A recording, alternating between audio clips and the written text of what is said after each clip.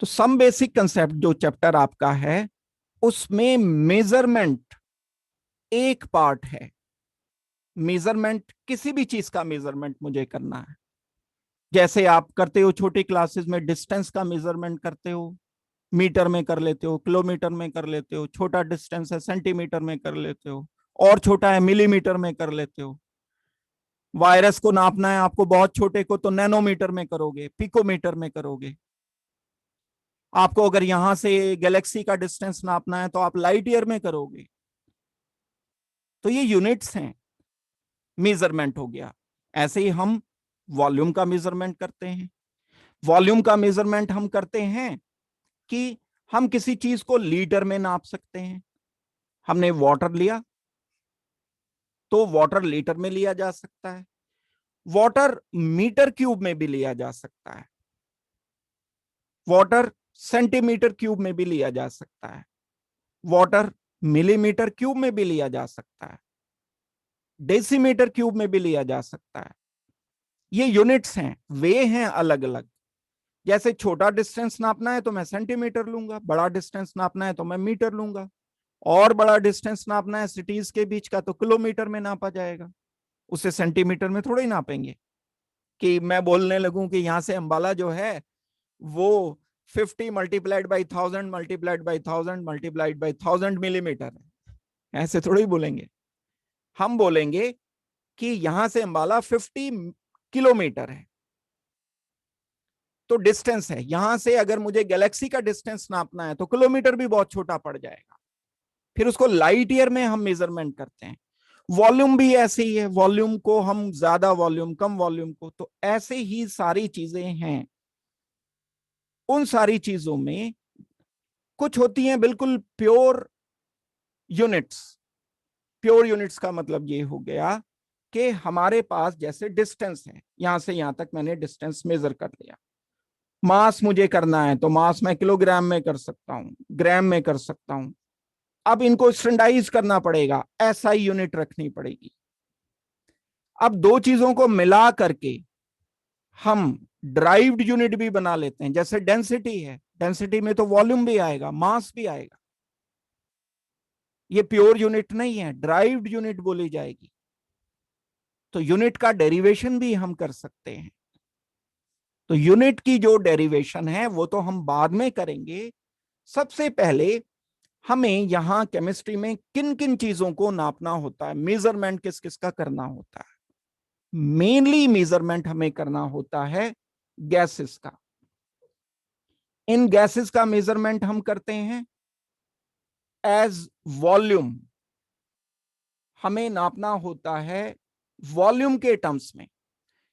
किसे कहते हैं वॉल्यूम? जो भी सब्सटेंस दुनिया में जितनी जगह घेरता है, वो जगह जितनी उसने सराउंड कर ली, घेर ली, ऑक्युपाई कर ली, वो उसका वॉल्यूम कहलाएगा। और ये थ्री डायमेंशनल होगा। जैसे क्यूब का वॉल्यूम हो सकता है, स्फेयर का वॉल्यूम हो सकता है, किसी सिलेंडर का वॉल्यूम हो सकता है। मैथमेटिक्स में आपने पढ़ा होगा, जैसे क्यूब का वॉल्यूम हमें करना है तो A multiplied by A multiplied by A कर देंगे। ये टू डायमेंशनल नहीं होगा। एरिया की बात नहीं कर रहे हैं हम, वॉल्यूम की बात कर रहे हैं। तो गैस का वॉल्यूम हो सकता है जो हम केमिस्ट्री में चेक करेंगे, और वॉल्यूम हम किसी लिक्विड का करेंगे। करने को हम सॉलिड का भी वॉल्यूम निकाल सकते हैं। सॉलिड का वॉल्यूम निकालना कोई मुश्किल काम नहीं है। सपोज करते हैं मुझे एक पेबल दिया है, स्टोन दिया है, इसका वॉल्यूम मुझे निकालना है, तो मैं क्या करता हूं, वाटर भर लेता हूं यहां किसी कंटेनर में, पूरा फिल कर लिया यहां से यहां तक। अब इसको मैंने इसमें डिप कर दिया तो वाटर यहां नीचे गिर जाएगा। डिप करने पर जितना वाटर गिरा एक्सेसिव, वो इसका वॉल्यूम के बराबर आ जाएगा। किसी सॉलिड का जिसकी शेप अनसिमेट्रिक है, उस सॉलिड का वॉल्यूम भी हम मेजरमेंट कर सकते हैं। तो हम जब किसी लिक्विड का मेजरमेंट करते हैं तो लिक्विड एक अलग चीज है। लिक्विड का तो वॉल्यूम की करते हैं हम। एक वर्ड होता है सॉल्यूशन। लिक्विड तो वाटर है, जैसे H2O, तो H2O सॉल्यूशन थोड़ा ही है।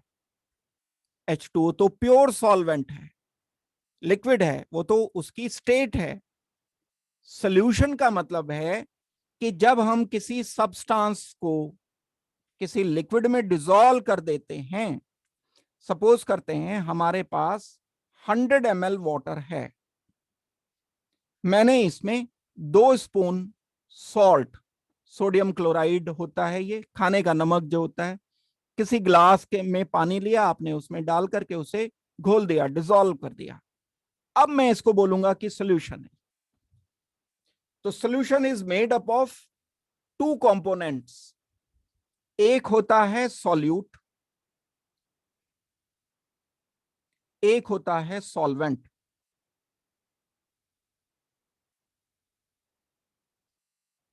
सॉल्वेंट एंड सॉल्यूट, ये 2 चीजें हैं किसी भी सॉल्यूशन की।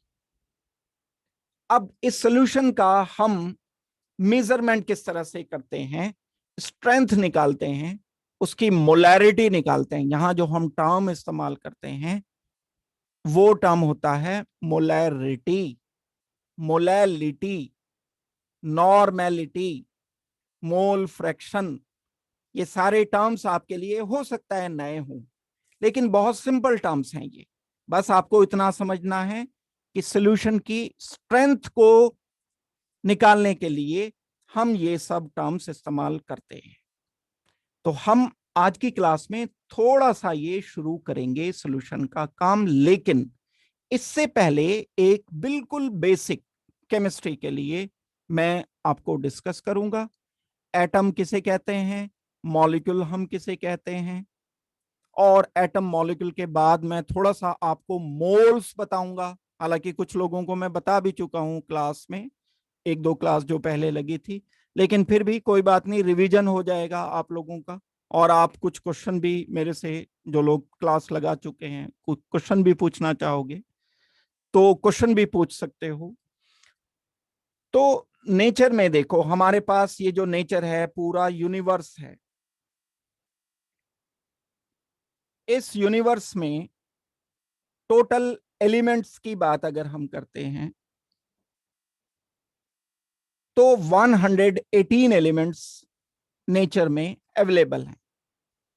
जैसे एक हाइड्रोजन एलिमेंट है, हीलियम एक एलिमेंट है, जैसे लिथियम एक एलिमेंट है, बेरिलियम एक एलिमेंट है, बोरोन एक एलिमेंट है, कार्बन एक एलिमेंट है, नाइट्रोजन एलिमेंट है, ऑक्सीजन एक एलिमेंट है, फ्लोरीन एक एलिमेंट है, नियॉन एक एलिमेंट है, सोडियम एक एलिमेंट है। ये मैं नंबर वाइज लिख रहा हूं। आप लोग जानते होंगे कि एटॉमिक नंबर एक वो नंबर होता है जो हमने किसी एलिमेंट को दे रखा है। हर एक एटम के न्यूक्लियस में जितने भी प्रोटॉन्स होते हैं उसको हम एटॉमिक नंबर बोलते हैं। एटॉमिक नंबर इक्वल होता है नंबर ऑफ प्रोटॉन के। हाइड्रोजन का एटॉमिक नंबर 1 है, इसमें एक ही प्रोटॉन होता है। हीलियम का एटॉमिक नंबर 2 है, इसमें प्रोटॉन 2 होते हैं, नोट करना है सब बच्चों को ये। लिथियम का एटॉमिक नंबर 3 है, इसमें प्रोटॉन 3 होते हैं। बेरिलियम का एटॉमिक नंबर 4 है, इसमें प्रोटॉन 4 होते हैं। बोरोन का एटॉमिक नंबर 5, 6 है, 7 है, 8 है, 9 हो जाएगा, ये 10 हो जाएगा, 11 हो जाएगा, एंड सो ऑन। ये चलते चलते 118 हो जाएंगे टोटल एलिमेंट। ऐसे आपने नाम सुने हुए हैं, आयरन है, कॉपर है, सिल्वर, गोल्ड, यूरेनियम एलिमेंट है, थोरियम, प्लूटोनियम। हैवी एलिमेंट्स हैं ये, जो बहुत बाद में आते हैं। लेकिन जो हल्के लाइट एलिमेंट हैं, छोटे एलिमेंट हैं, जिनका साइज बड़ा छोटा होता है, दुनिया का सबसे छोटा एलिमेंट हाइड्रोजन है। इससे छोटा कोई दुनिया में एलिमेंट नहीं है। और उसके बाद हीलियम, लिथियम, बेरिलियम, ये बढ़ते चले जाते हैं साइज। तो नंबर ऑफ प्रोटॉन बोरोन में 5 है, 6 कार्बन में, 7 है, 8 है, यहाँ पर 9 है, यहाँ पर 10 है, यहाँ 11 है, एंड सो ऑन। आगे चलते चले जा रहे हैं। किसी भी एलिमेंट में बच्चों जितने भी इलेक्ट्रॉन्स होते हैं उतने ही प्रोटॉन होते हैं। If this element is neutral, अगर चार्ज नहीं है किसी एलिमेंट पर, तब चार्ज ना हो तो अब उस एलिमेंट को हम बोलते हैं न्यूट्रल एलिमेंट। तो इलेक्ट्रॉन एंड प्रोटॉन बराबर होते हैं। इसमें इलेक्ट्रॉन 1 होगा, इसमें 2 होगा, इसमें 3 होगा, इसमें 4, 5, 6, 7, 8, 9, 10, 11। ये चेंज भी हो सकते हैं इलेक्ट्रॉन्स, अगर चार्ज आ जाएगा तो। वो हम आयंस जब करेंगे तब बाद में हम उसे देखेंगे। एक होता है मास नंबर या एटॉमिक मास।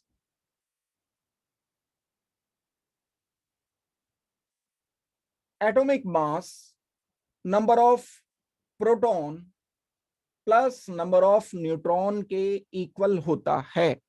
जब हम प्रोटॉन एंड न्यूट्रॉन को प्लस कर देते हैं, ये गिवन होगा आपको न्यूट्रॉन किसमें कितने हैं। तो जब हम सबमिशन इसका कर देते हैं तो वो एटॉमिक मास के बराबर आता है। हाइड्रोजन का एटॉमिक मास 1 ही होता है, क्योंकि न्यूट्रॉन 0 होता है हाइड्रोजन में। हीलियम का 4 होता है, लिथियम का 6 होता है, बेरिलियम का 7 एंड 8 दोनों होते हैं, आइसोटोप्स होते हैं। 10 होता है बोरोन का, कार्बन का 12 होता है, नाइट्रोजन का 14 होगा। एटॉमिक मास की बात हो रही है। ऑक्सीजन का होता है 16 एंड फ्लोरीन का होता है 19, नियॉन का होगा 20, सोडियम का होगा 23। न्यूट्रॉन वेरी करते हैं, न्यूट्रॉन बिल्कुल स्मूथली 1 2 3 4 5 नहीं चलते, ये कहीं रैंडम हो जाते हैं। तो न्यूट्रॉन एंड प्रोटॉन का सबमिशन एटॉमिक मास कहलाता है। अब ये जो मैं वर्ड बोल रहा हूं एटॉमिक मास, ये क्या चीज है, ये देखने की बात है। Atomic mass and mass number, ये दो अलग अलग चीजें हैं। मास नंबर तो एक नंबर है जो इंडिकेट करता है प्रोटॉन प्लस न्यूट्रॉन की गिनती को, काउंटिंग हमने की। जैसे मास नंबर लिया, तो मास नंबर तो हमेशा एक होल नंबर होगा, इंटीजर होगा, फ्रैक्शन में नहीं आ सकता। ये जो एटॉमिक मास है ये फ्रैक्शन में हो सकता है। भाई मैं न्यूट्रॉन लूंगा तो मैं न्यूट्रॉन की काउंटिंग या तो 1 लिखूंगा या 2 या 3 या 4। मैं ऐसे तो नहीं लिख सकता कि किसी मॉलिक्यूल में 1.5 न्यूट्रॉन है। प्रोटॉन मैं काउंट करूंगा अगर, तो प्रोटॉन की तो कोई काउंटिंग होगी, इंटीजर होगा, 1 2 3 4 5 6 7, या 0 है चलो, वो फ्रैक्शन में तो नहीं होगा। मैं ऐसे तो नहीं बोल सकता कि किसी एटम में 1.3 न्यूट्रॉन्स हैं या प्रोटॉन्स हैं, तो उनका सबमिशन भी एक नंबर ही आएगा। लेकिन जो एटॉमिक मास है ये फ्रैक्शन में हो सकता है। एटॉमिक मास हम दो तरह से चेक करते हैं, एक तो सिंगल एटम का मास, एक 1 मोल का मास। मेरे पास एक सिंगल एटम है, इसका मास एटॉमिक मास है।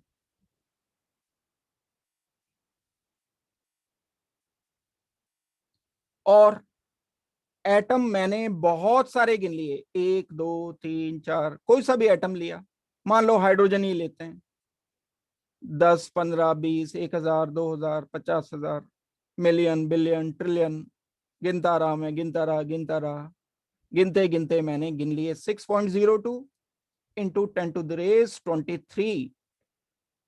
बहुत बड़ा नंबर है ये, हम अपने पूरे जीवन में भी नहीं गिन पाएंगे अगर गिनना शुरू कर दें तो। पूरी लाइफ में क्या हजारों साल लग जाएंगे अगर गिनती गिनती कर लें। जैसे मैं बोलता हूं कि 100 तक गिन के बताओ, 1 2 3 4 5 6 7, 100 तक गिनने में कुछ टाइम लगेगा ना। तो अगर मैं आपको कह देता हूं या आप मुझे कह देते हो कि 10⁻23 तक काउंटिंग करके बताओ हमें, तो कई जीवन लग जाएंगे, ये नंबर पूरा नहीं हो पाएगा, इतना बड़ा नंबर है ये। लेकिन साइंस में यही तो क्वालिटी है कि हम इमेजिन कर सकते हैं और इमेजिनेशन के बाद हम कुछ भी सोच सकते हैं। तो ये जो नंबर है, ये नंबर हमने कैलकुलेट करके निकाल रखा है, सही कैलकुलेशन करके हमने नंबर, अगर इतने नंबर किसी के आ जाते हैं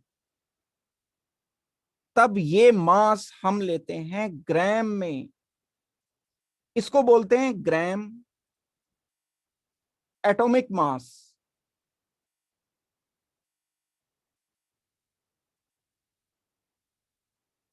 और ये जो सिंपल एक एटम का मास है, ये मास मेजर किया जाता है AMU में, एटॉमिक मास यूनिट। ये तो बहुत छोटी यूनिट होती है। अब दो वन बराबर नहीं होते, कई बार यूनिट डिसाइड करती है।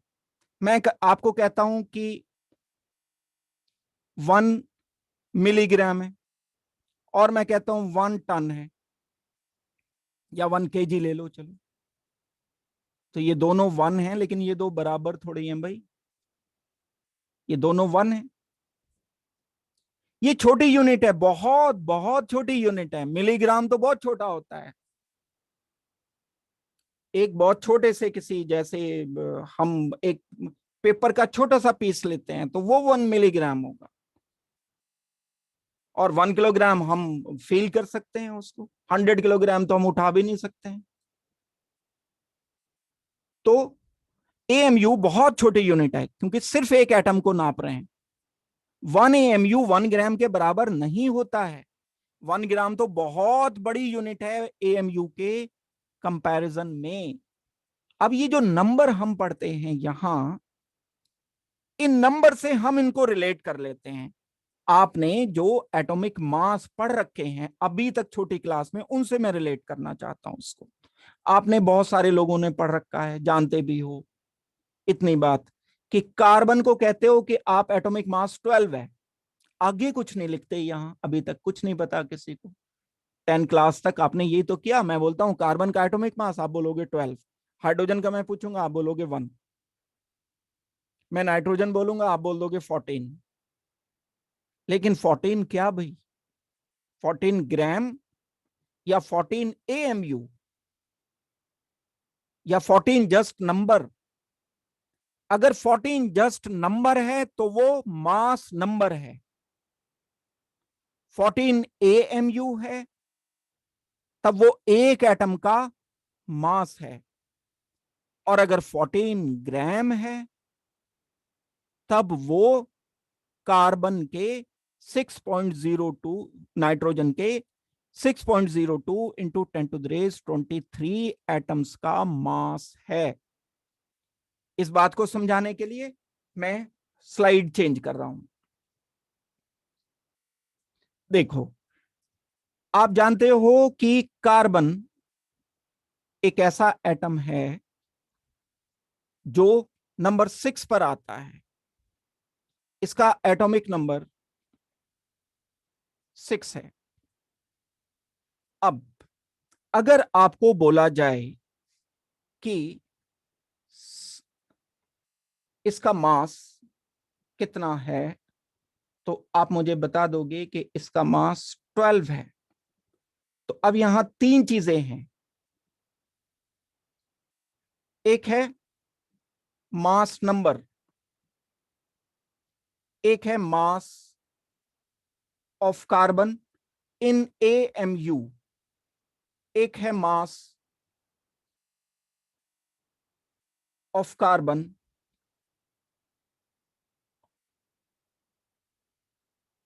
Of 1 mole, mass of 1 mole carbon atom.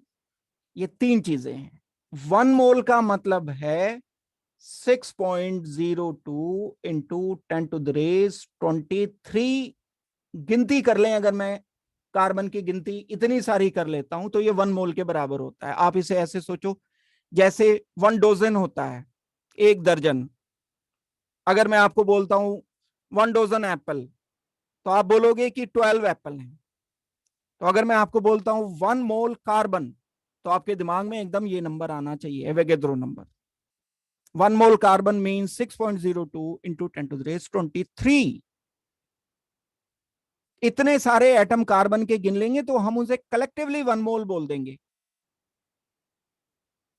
अब देखो, ये तो नंबर ही चलेगा, ये तो 12 नंबर ही लिखना है, आगे कोई यूनिट नहीं लिखनी है।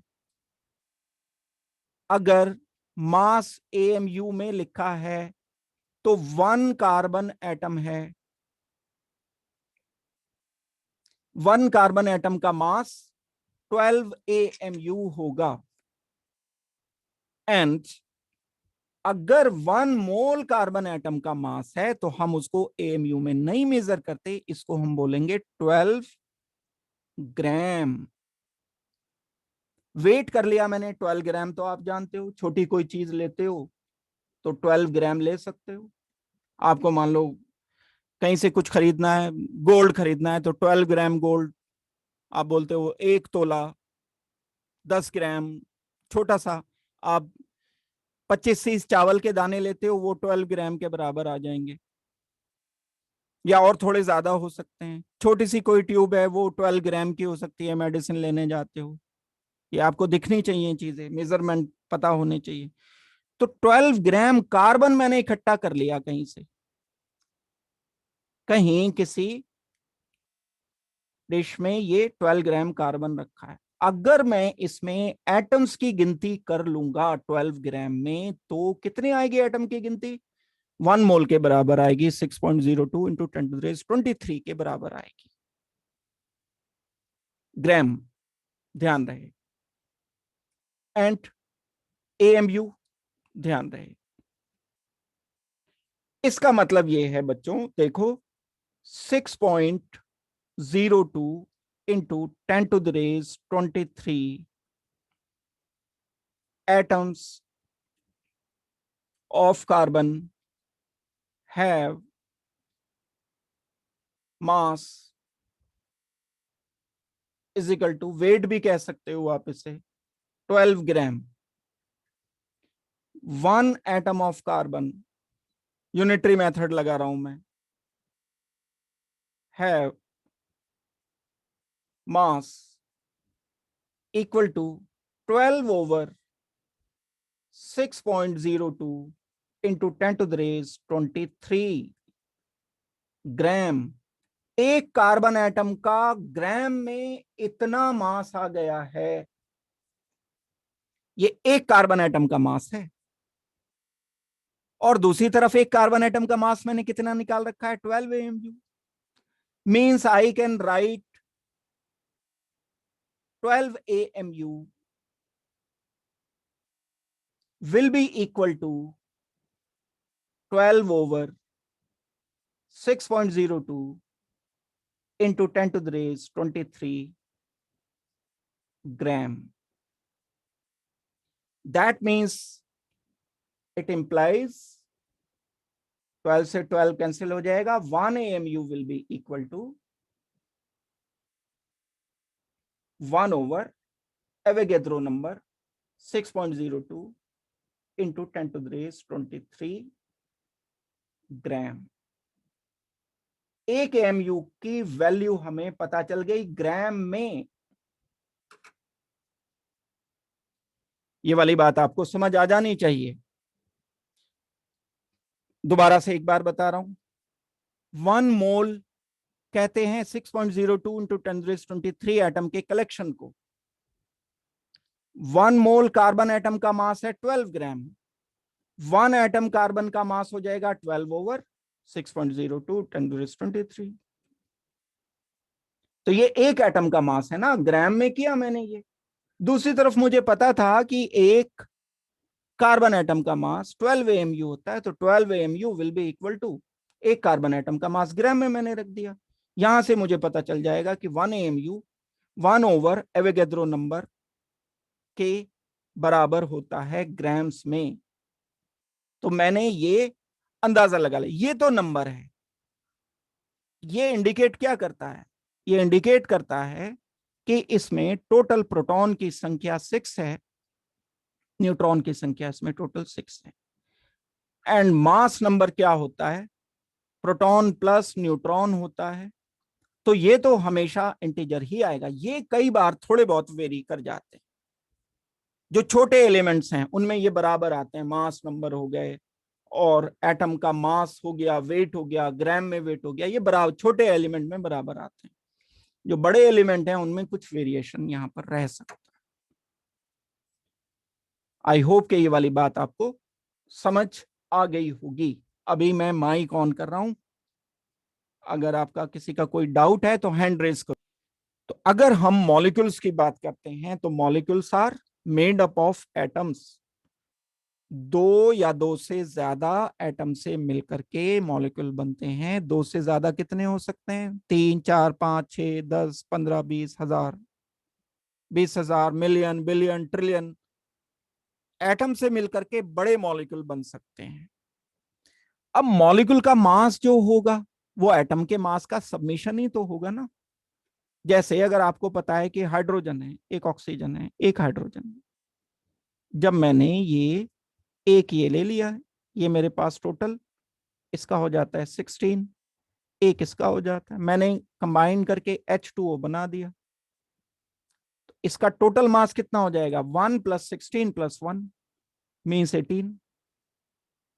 अगर मैं 1 मोल वाटर लेता हूं तो 18 ग्राम हो गया, और अगर मैं 1 मॉलिक्यूल ऑफ वाटर लेता हूं तो 18 AMU हो जाएगा। तो अब ये वैसे ही चलेगा जैसे हमने एटम के लिए किया था। 1 मॉलिक्यूल ऑफ वाटर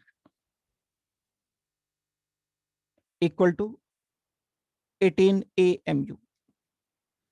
AMU मतलब एटॉमिक मास यूनिट, और इसे अभी आज की डेट में जस्ट यू भी बोल देते हैं, यूनिट इतना बड़ा ना लिख करके शॉर्ट में लिख देते हैं। ये दोनों इक्वल हैं, एक ही बात है।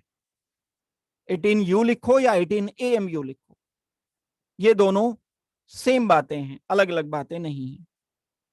1 मॉलिक्यूल की बात हुई है, एक सिर्फ। और अगर 1 मोल वाटर लेते हैं, 1 मोल का क्या मतलब है? इसकी काउंटिंग एवोगैड्रो नंबर के बराबर 6.02 इंटू 10⁻23। इतने सारे वाटर मॉलिक्यूल ले लिए, फिर उनका वेट किया हमने, वेट करने के बाद 18 ग्राम आएगा, यही वाला ग्राम जो हम मास निकालते हैं। अगर कैल्शियम कार्बोनेट लिया CaCO3, इसका 1 मोल ले लिया, इसका जो मास आएगा, कैल्शियम का होता है एक एटम का 40 एटॉमिक मास, कार्बन का होता है 12, अभी किया था, ऑक्सीजन का होता है 16, लेकिन 3 ऑक्सीजन है, ये देखो ध्यान से, मल्टीप्लाइड बाय 3, 48 + 12 + 40, 100 हो गया। अगर 1 मोल CaCO3 लिया तो वो 100 ग्राम आएगा। वेट कर लो, 100 ग्राम तो आप जानते हो, मार्केट से कोई चीज लेने जाते हो 100 ग्राम दे दो जी, तो 100 ग्राम जो होगा वो उसमें 1 मोल कैल्शियम कार्बोनेट होगा। दैट मीन्स 100 ग्राम में कैल्शियम कार्बोनेट के मॉलिक्यूल की गिनती 6.02 इंटू 10⁻23 आएगी। मॉलिक्यूल की बात हुई है, एटम की बात नहीं हुई है। अगर हम एटम की बात करते हैं, मैंने अब यहां से आपको एक छोटा सा क्वेश्चन दे दिया, how many oxygen atoms are there in 100 grams of CaCO3। 100 gram CaCO3 में ऑक्सीजन एटम बताने हैं। एक 100 ग्राम लिया तो उसमें CaCO3 कितने आएंगे? 1 मोल के बराबर, और हर एक मोल में 6.02 इंटू 10⁻23 होता है। हर एक मॉलिक्यूल में क्योंकि 3 है तो मल्टीप्लाइड बाय 3 करना पड़ेगा। मीन्स हमारा आंसर होगा 100 grams of CaCO3 have 6.02 into 10 to the raise 23 multiplied by 3 atoms of oxygen. ये वाली बात आपको समझ आ जानी चाहिए। भाई अगर मैं आपसे कहता हूं कि मेरे पास एक कार है तो उसमें व्हील्स 4 होंगे ना, एक इसके पीछे हो गए। और अगर 100 कार्स हैं तो टोटल 100 कार्स में अगर स्टपनी नहीं है, स्टपनी मत लगा लेना, कभी दिमाग लगा दो कि स्टपनी भी तो होगी, जब मैं बोल ही रहा हूं 4 व्हील हैं तो 100 में 4 मल्टीप्लाइड बाई 100 हो जाएगा। मीन्स एक मॉलिक्यूल है, एक मॉलिक्यूल में 3 ऑक्सीजन है। 100 में कितने हो जाएंगे? 300। 1000 में कितने हो जाएंगे? 3000। 1 मोल में कितने हो जाएंगे? 3 मोल। 3 मोल कितना होगा? 6.02 इंटू 10⁻23 मल्टीप्लाइड बाई 3। ये आएगा हमारा आंसर। तो कई बार ऐसे क्वेश्चन को ट्विस्ट करते हैं। ये क्वेश्चन अभी +1 में आएंगे आपके, ये शुरुआत हो गई +1 की, मैं बेसिक की बात कर रहा हूं, लेकिन ऐसे क्वेश्चन दे देते हैं ये +1 में। आपसे पूछ लेंगे टोटल इलेक्ट्रॉन्स बताओ इस मॉलिक्यूल में कितने हैं, आपसे पूछ लेंगे टोटल एटम बताओ, इसी में टोटल एटम पूछ लिए जाते हैं अगर। तो एक कैल्शियम एटम है, एक कार्बन है, 3 ऑक्सीजन है, तो 3 और 1 4 और 1 5, टोटल 5 एक मॉलिक्यूल में एटम है। 1 मोल में कितने हो जाएंगे? 1 मोल में हो जाएंगे 5 मल्टीप्लाइड बाय 6.02 इंटू 10⁻23। अब ये तो 100 ग्राम में दिए हैं। 100 ग्राम के अलावा आपको अगर 10 ग्राम में कहा जाता तो पहले 10 ग्राम में कैल्शियम कार्बोनेट निकालते, फिर ऑक्सीजन निकाल लेते। इसी एक क्वेश्चन को अलग अलग तरह से ट्विस्ट करके देखते हैं हम, इसी एक क्वेश्चन को अलग अलग तरह से हम ट्विस्ट करते हैं। देखो, अगर मैं आपको बोलता हूं एक बड़ा सिंपल सा question, how many oxygen atoms are in 0.01 grams of calcium carbonate. ये सॉल्व करके बताओ मुझे जल्दी, चैट बॉक्स में लिखना है आंसर सबको जल्दी से। उसका मोलर मास कितना है? अभी थोड़ी देर पहले मैंने बताया था, फिर दोबारा से मैं बता रहा हूं, CaCO3 है, कैल्शियम का होता है 40, कार्बन का है 12, ऑक्सीजन का है 16 multiplied by 3 is equal to आ जाएगा 100। It means mass of 1 mole CaCO3 is equal to 1 mole CaCO3 का मास कितना हो जाएगा? 100 ग्राम। एंड 1 मोल में कितने एटम्स होते हैं? 6.02 इंटू 10⁻23 होते हैं। हम यहां से लिख सकते हैं कि 6.02 into 10⁻23 atoms have mass is equal to 100 gram. भाई ये 1 मोल ही तो है, 1 मोल का मास 100 ग्राम होता है। कैसे पता चला? ये हमने कैलकुलेट कर लिया कैल्शियम कार्बोनेट का। तो एक एटम का कितना हो जाएगा? 1 atom of carbon have mass, sorry calcium carbonate have mass 100 divided by Avogadro number 6.02 into 10⁻23। And हमें लेकिन एक का थोड़े निकालना है, ये तो एक का मास निकला है, 10,000 का निकालना है। तो सिंपल हो गया, जैसे एक चॉकलेट 5 रुपए की आती है तो 10,000 चॉकलेट कितने की आएंगी? 5 मल्टीप्लाइड बाय 10,000 तो 50,000 हो जाएगी। यही काम हमने यहां किया। एक का मास मुझे पता चल गया ये ग्राम में, मुझे निकालना कितना है, 10,000 का निकालना है, तो 10,000 से इसको मल्टीप्लाई कर देंगे। 10,000 एटम्स और molecules have mass is equal to 10,000 multiplied by 100 divided by 6.02 into 10 to the raise 23। ये ग्राम में मास आया इतने का।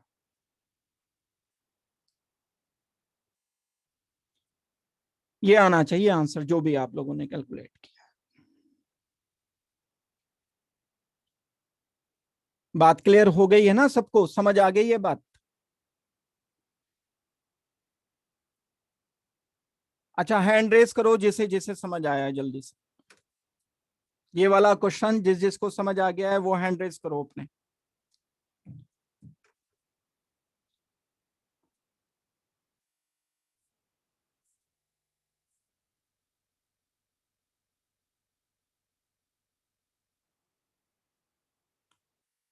हरपुनीत,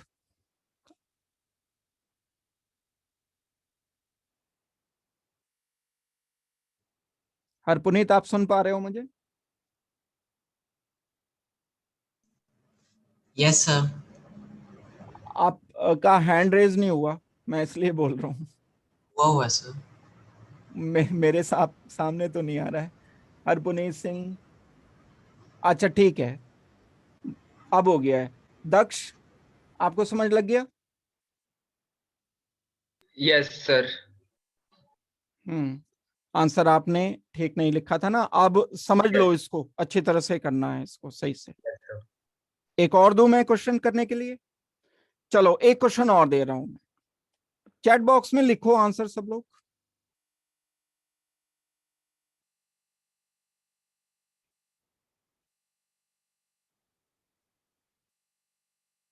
आप लिखोगे फाइंड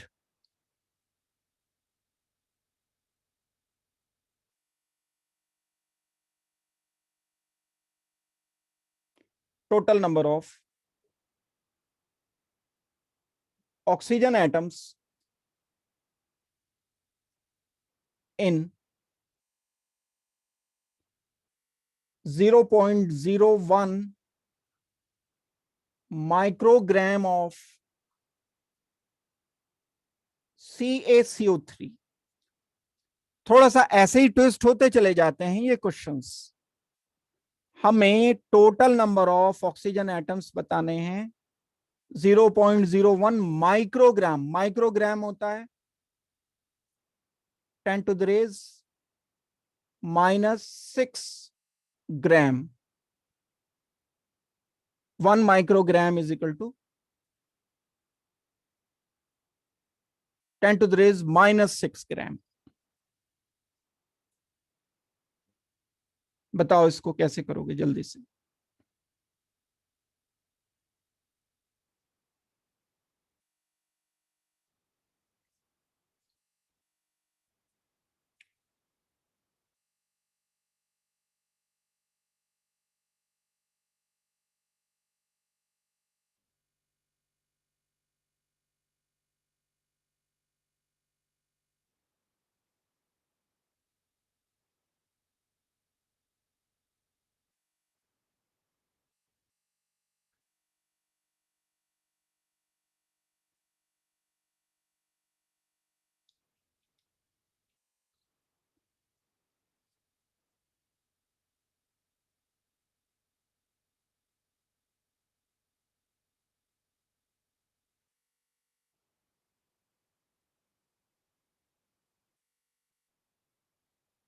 देखो सबसे पहले हम कर सकते हैं टोटल नंबर ऑफ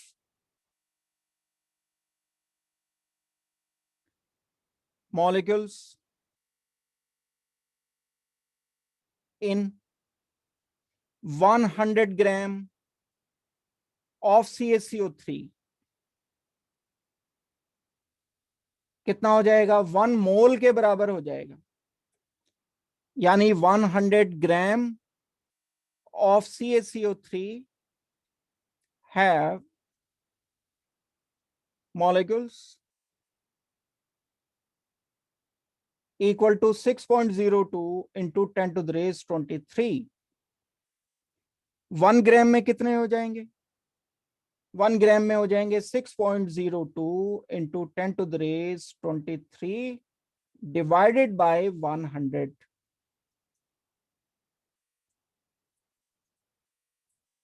ठीक हो गई बात? 1 ग्राम में इतने हो गए, लेकिन हमें कितने में निकालने हैं? 0.01 माइक्रोग्राम में निकालना है। 0.01 माइक्रोग्राम कितना हो जाएगा? 0.01 into 10⁻⁻6 grams of calcium carbonate have molecules is equal to 6.02 into 10⁻23 multiplied by 0.01 into 10⁻⁻6 divided by 100। इतने नंबर आने चाहिए। अब हम क्या करेंगे? ये तो कैल्शियम कार्बोनेट के निकाले ना, हमें तो ऑक्सीजन चाहिए। तो एक मॉलिक्यूल में कितने ऑक्सीजन है? 3 है। इतने मॉलिक्यूल कैल्शियम कार्बोनेट में कितने आ जाएंगे? Multiplied by 3। तो ये जो नंबर आएगा इसको मल्टीप्लाइड बाई 3 करना पड़ेगा, तब जाकर के हमारा काम चलता है।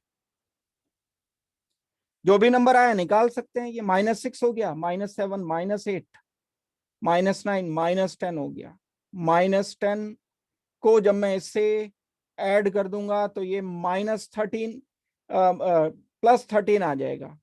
तो 6 को 3 से मल्टीप्लाई कर दिया, 18.06 इंटू 10⁻³ अप्रोक्सीमेटली 13। ये कुछ आंसर आ जाना चाहिए। इतने एटम्स प्रेजेंट होंगे, ऑक्सीजन के इतने एटम्स होंगे, इनको हम काउंट करेंगे।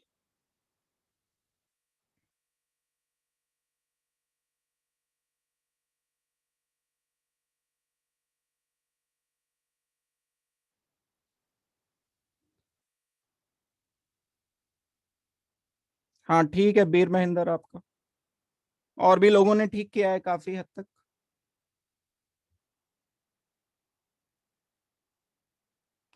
कैलकुलेशन में गलती लग रही है कुछ लोगों की।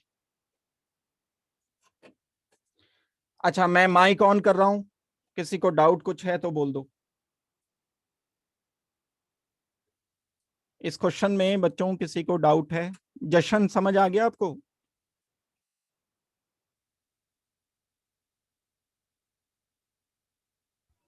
अगमवीर समझ आ गया आपको? Excuse me sir. जी बताओ। Yes sir. सर मुझे ये सर क्वेश्चन में डाउट है। क्वेश्चन पे डाउट है? अच्छा क्वेश्चन पे क्वेश्चन है, बताओ। नहीं सर, ये पूरा क्वेश्चन में ही डाउट है। हाँ ये एक बताओ। बार आप फिर से रिपीट कर दोगे? क्वेश्चन में क्या डाउट है बताओ। सर एक बार फिर से रिपीट कर दोगे आप ये?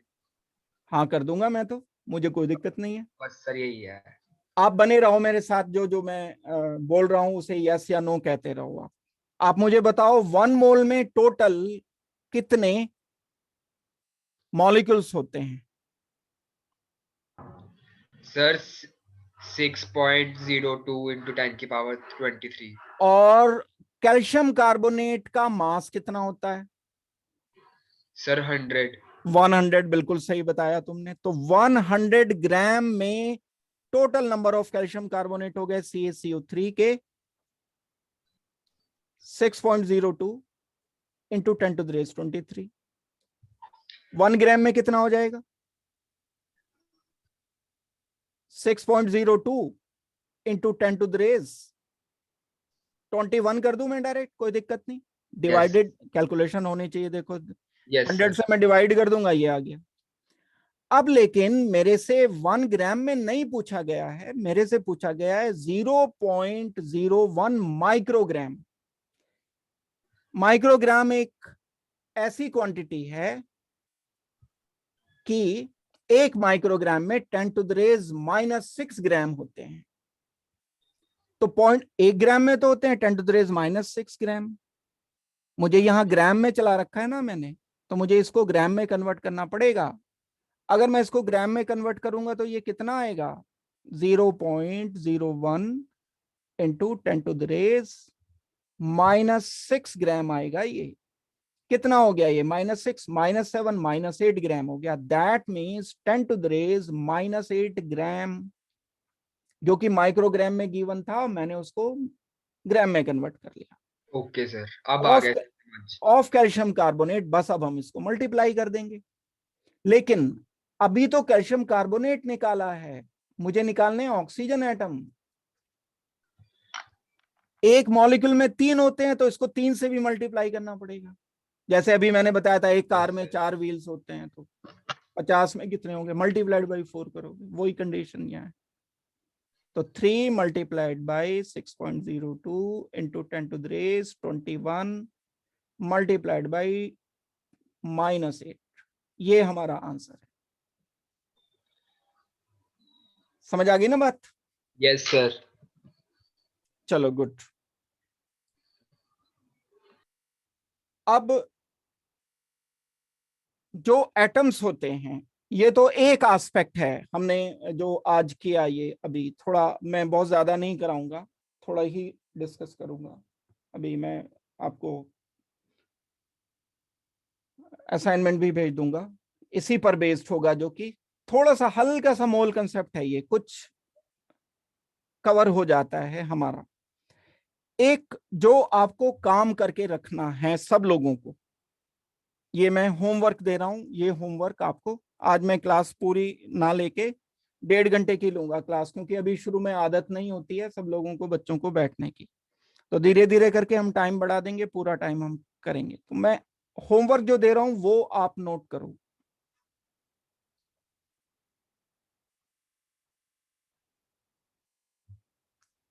एक तो 1 to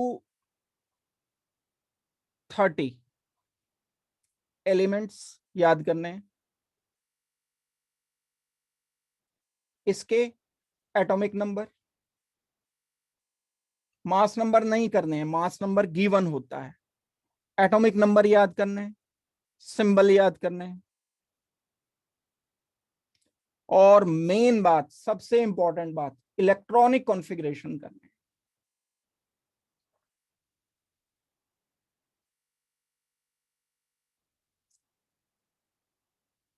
क्या होते हैं इलेक्ट्रॉनिक कॉन्फ़िगरेशन? जैसे सोडियम है, सोडियम का एटॉमिक नंबर 11 है, तो 281 ये आएगा कॉन्फ़िगरेशन।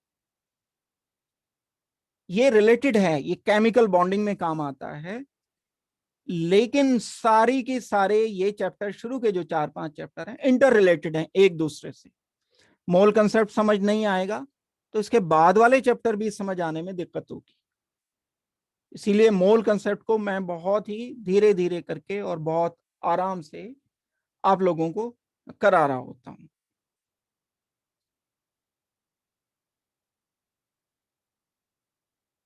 अच्छा, 37 तक याद है करमवीर आपको? गुड। यस। 31 किस एटम का नंबर है? गैलियम का। गैलियम का, वेरी गुड। और इलेक्ट्रॉनिक कॉन्फ़िगरेशन क्या होगा गैलियम का? ये तो बहुत बड़ा हो जाएगा, 288 16 16 नहीं, शायद। 16 कहां से हो जाएगा? 28 हाँ तो हाँ ठीक है, 10 तो यही हो गए, 16। 288। हाँ जी। हाँ, तो फिर 8 आ इलेक्ट्रॉनिक गया। कॉन्फ़िगरेशन भी करना है। दैट मीन्स बात पता चल गई कि इलेक्ट्रॉनिक कॉन्फ़िगरेशन भी करना है।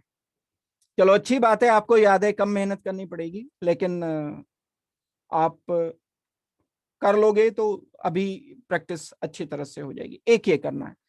दूसरा काम आपको ये करना है, एनसीईआरटी सबके पास होनी चाहिए। नहीं है तो आप पीडीएफ डाउनलोड कर सकते हो कहीं से, मैं भी भेज दूंगा। वैसे एनसीईआरटी का ये जो पहला चैप्टर है, some basic concept of chemistry, इसमें आपको शुरू के 4 पेज करने हैं, रीडिंग लगानी है, कुछ नहीं करना। रीडिंग के अलावा कुछ नहीं करना है। और उसमें यूनिट कन्वर्जन दिए हैं, क्योंकि हम अगली क्लास तभी लगा पाएंगे सॉल्यूशन और सॉल्यूशन पर बेस, क्योंकि सॉल्यूशन में मोल्स की जरूरत पड़ती है, इसलिए मैंने मोल्स कराया। तो अब यूनिट की जरूरत पड़ेगी यूनिट कन्वर्जन के लिए, तो आपको थोड़ा सा आइडिया यूनिट कन्वर्जन का होना चाहिए। एक तो होमवर्क ये हो गया, दूसरा होमवर्क ये हो गया एनसीईआरटी की।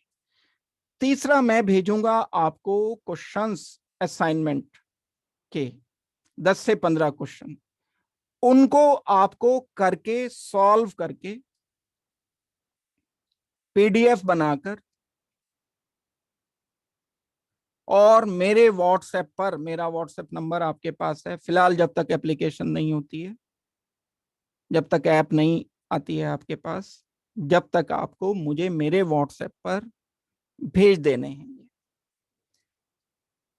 क्लास के बाद, अभी जैसे ही क्लास खत्म होगी, तो आज की क्लास में जो भी कुछ आपने नोट किया है उसका पीडीएफ बनाकर आप मुझे व्हाट्सएप कर दोगे। एक फाइल भेजनी है, अलग अलग नहीं भेजनी है कि बच्चे क्या करते हैं, फोटो खींचते रहते हैं, भेजते रहते हैं। मान लो 10 पेज की है तो 10 फाइल भेज देंगे, उसको जोड़ करके एक जगह पीडीएफ बना करके भेजना है।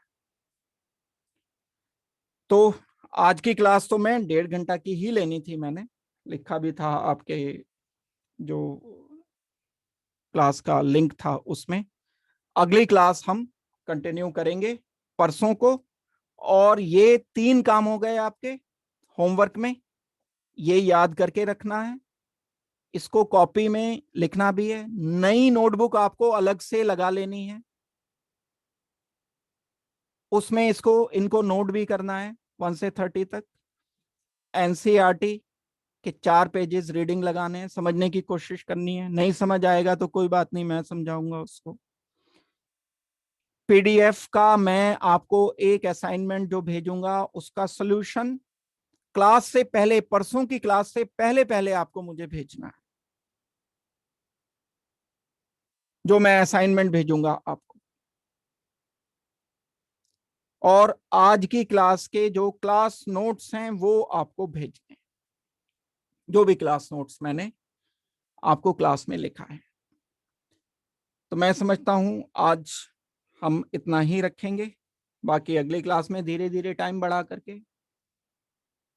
हम 2 घंटा रखेंगे। क्लास का टाइम 2 घंटा ही है, 2:30 बजे से लेकर के 4:30 तक ही रहेगी।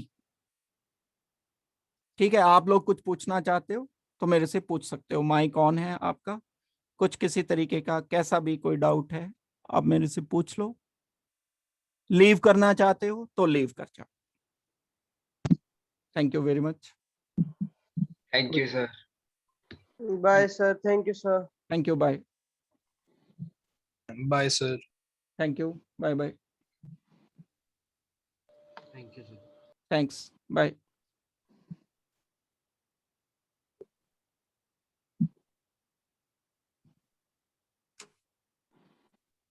हाँ जी बताओ। माइक बंद करो, ये कौन बच्चे ने खोला हुआ है माइक?